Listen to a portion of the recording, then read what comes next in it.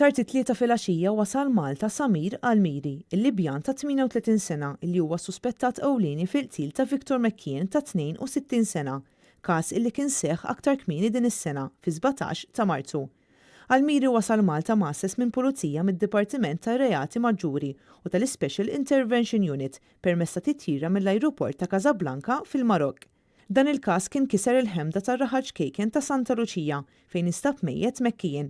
Kien l-ħabta ta' 3:30 ta' wara nofsinhar meta nstab katavru f'appartament f'Misraħ Dorel f'Santa Luċija. Minkejja il-persuna nstabet kmieni wara nofsinhar jidher li kienet ilha mejta għal numru ta' sigħat għaliex il-ġirien kienu ilhom ma jaraw lil ġar tagħhom. Fil-fatt kienu huma stess illi ċemplu lill-pulizija wara li xammew riħa qawwija ħieġa mir-residenza ta' McKean.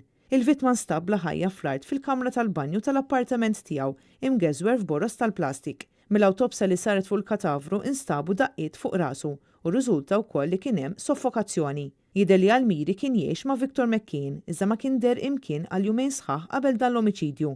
Fil-fatt aktar tard sar magħruf li Almiri kien telaq minn Malta u mar il-Marokk. 60 wara s-suspettat ġie arrestat f'Casablanca wara li nħareġ mandat ta' arrest internazzjonali permezz tal-Uffiċċju tal-Interpol u mill-ewwel bdew il-proċeduri ta' estradizzjoni biex jinġib lura lejn pajjiżna. Mal-wasla tiegħu is-suspettat ittieħed taħt sigurtà massima lejn il-lokab fil-Kwartieri Ġenerali tal-Pulizija fil-Florjana u qed ikun interrogat mill-uffiċjali tad-Dipartiment tar-Reati Maġġuri sabiex fil-jiem li ġejjin jitressaq il-qorti akkużat bil-qtil ta' Victor McKean.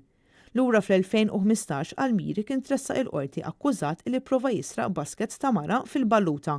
Fl-2017 huwa kien weħel xarejn ħabs wara li kien neża' il-qalzit waqt li kien qiegħed fl-awla quddiem il-Maġistrat Audrey Demicoli.